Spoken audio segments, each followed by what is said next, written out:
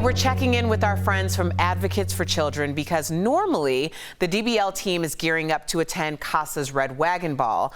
But this year, the global pandemic made for new plans. Home Sweet Hope is a brand new, entirely virtual event. So thank you for tuning in. I'm Erica Cobb, host of Daily Blast Live, a nationally syndicated breaking and trending daytime talk show and proud media partner of Advocates for Children CASA. And I'm joined today by Advocates Executive Director Josefina Milliner and the Director of Development and Community Relations, Andrea Tagtow. Welcome, ladies. Thanks for having us. Thank you. Thank you for being here. Now, Andrea, the COVID pandemic has had an unimaginable impact on the entire world, but how has it affected CASA families specifically? These last few months have been really tricky and tough in ways that we could not have previously imagined. Overnight, we had court hearings canceled and adoptions postponed, parenting time visits delayed. And we know that our kids thrive when they can have those connections. These are just things that we really don't think about in terms of how people are forced to pivot. Now, because COVID-19 is a real threat to people with pre-existing health conditions. That's what we always hear about in the news. But can you share how this has compounded the issues and needs of families this year? Yes. I mean, the families we work with are already struggling with just meeting basic needs. They have obstacles like substance use, mental health disorders. They're struggling with transportation issues and homelessness, and then compile the pandemic hitting, it just impacted our families in a whole other way. We had parents and guardians lose their jobs. They were faced with being at home all the time with increased food bills and utility bills. And while there were safeguards put in place at the beginning of the pandemic to prevent families from being evicted and utilities being shut off, those eventually expired. All the while, those bills continue to pile up. All of these stresses create very toxic environments for our children and our families, and it makes unsafe places for our children. Well, another group of people that have been affected are the CASA volunteers, who are often the most consistent adults in the lives of the children that they support. So how have they been able to keep up this consistency during the pandemic? Yeah, COVID-19 really did not stop our volunteers, and if anything, they really stepped up their advocacy. Our volunteers maintained their weekly contact with kids, and many of them even had more frequent contact. We had volunteers get so creative and thoughtful about the ways that they connected with kids during these last few months. A couple of our favorite stories are a volunteer who celebrated a child's birthday by bringing over a cake, and the child ate the cake on one side of the screen door, and the volunteer sat on the other. We had another volunteer who hosted virtual story times for her kids. So she set up a little audience of stuffed animals and then FaceTimed with her kid while she read everybody a storybook. So that was pretty cute. In addition, our organization created a CASA Connections campaign. So that was a way for our network to directly support and help families with the different needs and struggles they were having, like Josefina was mentioning. We collected resources to help with rent payments and utility bills and groceries, ways to keep kids entertained while they were at home all day. And to date, our network has helped over 90 families, and that's over 200 children. I tell you guys this all the time, but CASA volunteers never cease to amaze me. The level of consistency, but also innovation to really be support systems for these children is just incredible. So the idea that they would go to a house for a birthday party and sit on the other side of a screen door in order to let that child know that their birthday means something, when a lot of foster children don't even get to celebrate their birthdays, is just, I'm not surprised by it, but I just have to say that I just love the CASA volunteers.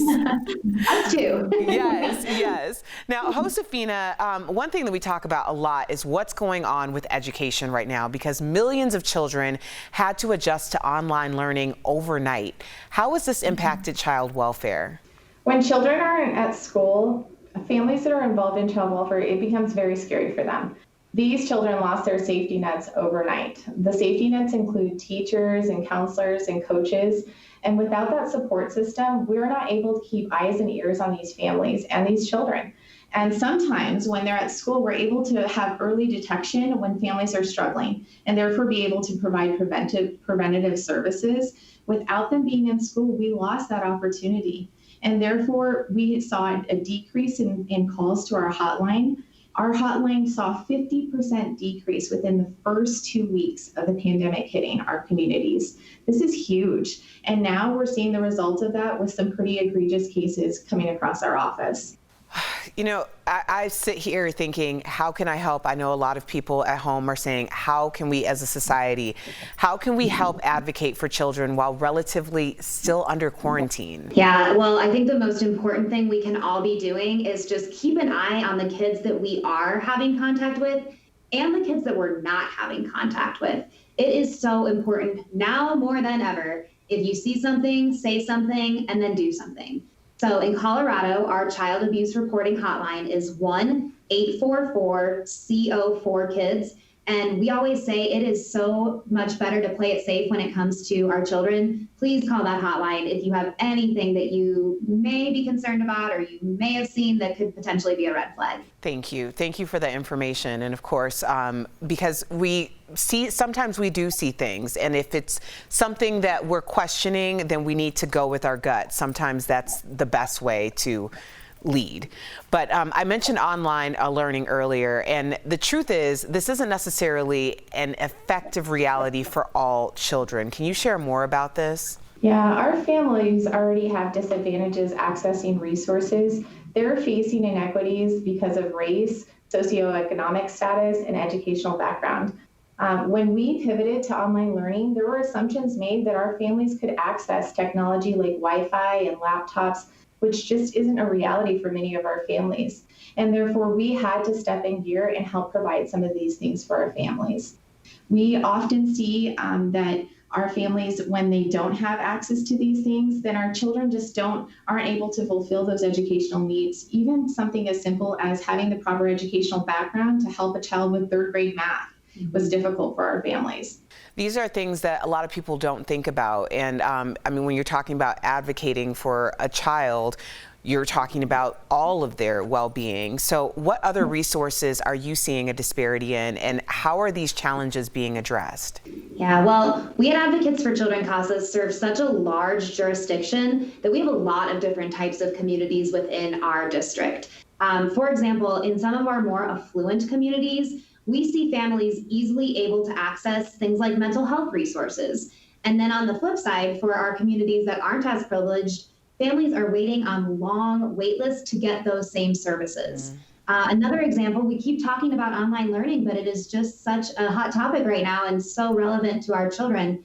When families were expected to send their kids to school online, our phones started ringing off the hook with families who did not have computers or laptops within their home. So thanks to one of our awesome volunteers and her husband, we were able to collect 30 gently used laptops that then were distributed to families and households that otherwise wouldn't have had a way to send their kids to school. Well, the two of you and your team at Advocates for Children are absolutely doing God's work, and we appreciate you. Thank you, Josefina and Andrea, for shining light on the plights of our most vulnerable children during this unprecedented time. And thank you for the work that you're doing at Advocates for Children CASA. And for those of you wanting to help, please visit adv4children.org or text CASA, that's CASA, to 26989.